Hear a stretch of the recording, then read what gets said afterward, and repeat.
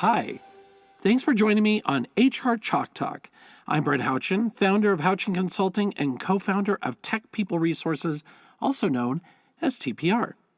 The HR Chalk Talk podcast is here to provide information to those in HR, those in leadership positions, and those who simply want to know more about HR best practices. Today's subject is the T in LGBTQI. I identify as a gay male. I am the G in LGBTQI. My pronouns are he, him, his, himself. Now you know a little bit about me, at least how to properly address me, based on appropriate pronouns. I do not go by fag, perv, homo, or mo. Honestly, these words are offensive to me, and I will not take kindly to anyone using those words to describe or identify me. What does the T in LGBTQI mean? Well, it means transgender, not tranny, TV, or transvestite, or other inappropriate or derogatory terms used in public, TV, or social media. So what does transgender mean? Simply, people who have a gender identity or gender expression that differs from their sex assigned at birth. Some transgender people who desire medical assistance to transition from one sex to another identify as transgender, often shortened to trans. Being transgender is independent of sexual orientation. Transgender may identify as heterosexual, homosexual, bisexual, asexual, or may decline to label their orientation, which they have the right to do. The opposite of transgender is cisgender, which describes people whose gender identity or expression matches their assigned sex. Many transgender people experience gender dysphoria, and some seek medical treatment such as hormone replacement therapy, sex reassignment surgery, but unfortunately not everyone can afford to undergo the above, or may have certain complications medically that would prohibit them from moving forward. A huge amount of discrimination as it pertains to transgender people occurs not just in everyday life outside of work, but definitely and most certainly, and on really too often, is worse at work. People asking inappropriate questions like, did they cut it off and did you get to keep it? Or, why would you do that? You were meant to be who you are as you were born. Or, what bathroom do you use? Or, are you gay or bi or what now that you've changed? Questions like these are never okay in the workplace for anyone at all. So why should they be okay to ask a trans person? They aren't. Bottom line is, they aren't. So, how do we support our transgender coworkers at work? Well, first, we need to understand. Some transgender people who wish to disclose this truth about themselves to others at work have reached a breaking point in their lives where it's too difficult to hide who they are any longer, or they feel compelled to share who they are in order to build stronger and more authentic relationships with those closest to them. This is particularly true at work, where we consistently spend a majority of our waking lives with certain other people. While there are benefits, there can also be serious risks involved, keeping an open mind as the coworker or leader in such discussions to disclosure. Some benefits to disclosure could be the individual being able to live an authentic and whole life. They get to be who they are, and they get to be honest about it. By doing so, it reduces the stress of hiding their identity. The possibility of being more productive at work due to less stress of hiding their identity or not feeling authentic. Also, developing closer, more genuine relationships with colleagues, customers, and clients. Building self-esteem from being known for who they really are. Having authentic and open friendships with other transgender people, and becoming a role model for others at work.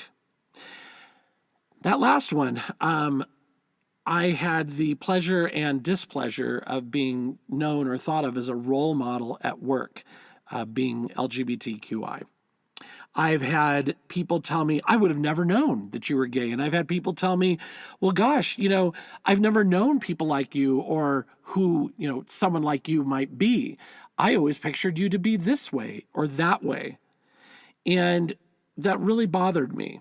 I felt like I was being my genuine self, who I am, and that shouldn't matter otherwise. It shouldn't matter how I look, sound, act at work whatsoever, as long as I'm doing my job really well.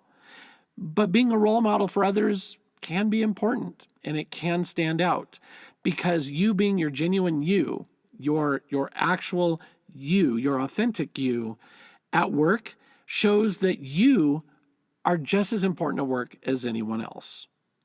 So what do you do as a coworker and or leader?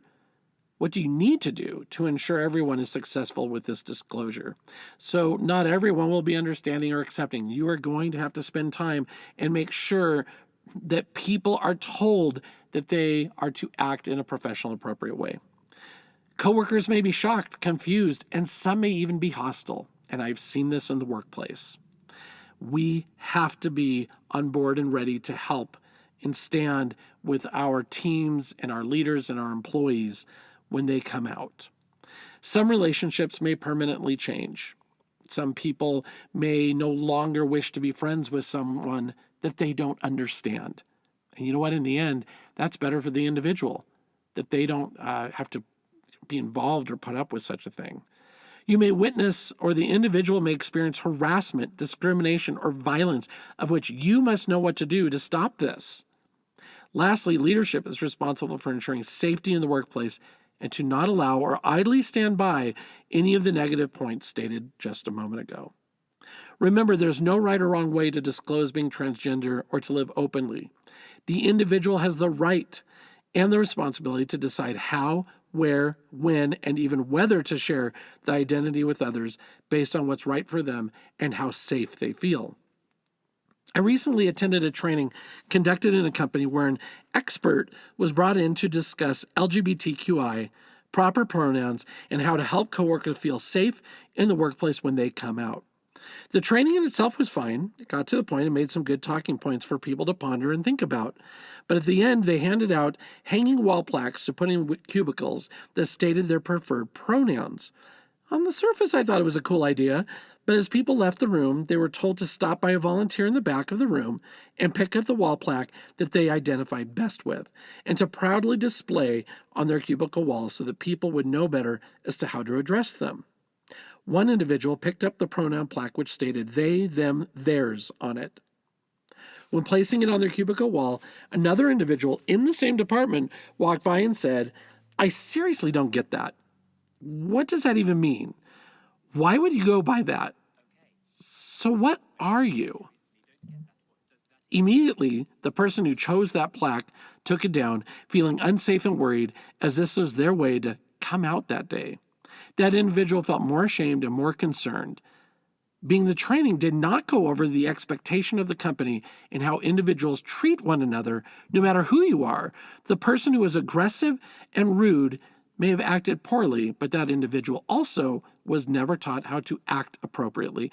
And we can't say, well, they should know better, because unfortunately, not everyone knows better. In this case, acted polar opposite of what they should have. Is ignorance acceptable? No. But stating expectations in advance to hopefully head off ignorance at the pass is something everyone should receive. And in turn, hopefully not having such ignorance occur. So my point to that story is that when we are educating others on anything at work, in this case we're talking about educating in regard to trans people, and best practices in working with one another, and even more so learning about one another, that we give the true A to Z. Explain what the training is about. Explain the definitions of subjects in the training. Explain how we can all learn from one another. Explain how acceptance is important and that working with one another professionally is always a requirement. And then, always, always, always finish with the expectations of actions moving forward and what may occur if such expectations are not met. You do not have to threaten them. By any means, please don't. However, they do need to understand the expectations and what will occur if it's not met.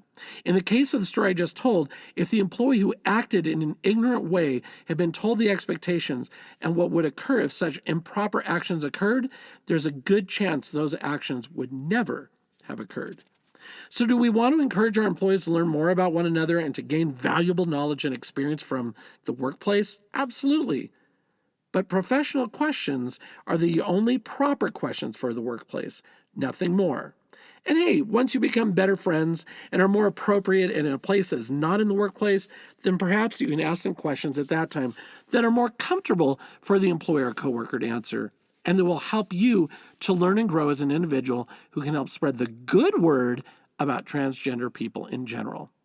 What's the takeaway from today? Treat everyone with kindness, empathy, courtesy, and respect. As a side note, the month of November is Transgender Awareness Month. The specific day of November 20th is Transgender Remembrance Day. Note this on your calendar for next year. November 20th are dates and times we should be celebrating, remembering, learning, and mourning. And we should also continue our fight toward true and honest equality for anyone who identifies as the T in LGBTQI. And what do the other letters mean in LGBTQI? L is lesbian, G is gay, B is bisexual, T is transgender, Q is queer or questioning, and I is intersex. Look up the definitions if you'd like to gain more awareness. Awareness is a good thing. Okay, off my soapbox. As we close, I want to remind you that you can always contact us at Tech People Resources for learning and development opportunities on any HR-related subject, or you can always reach out to me at Houchin Consulting for HR assistance of any kind. We are here to help. Tune in next time to HR Chalk Talk as I speak about sexual orientation bias. Don't miss this insightful podcast and learn more on this subject. And remember, it's about respect. Your employees will thank you. Respect is an absolute must when leading others. Thanks for joining me today and have a great week.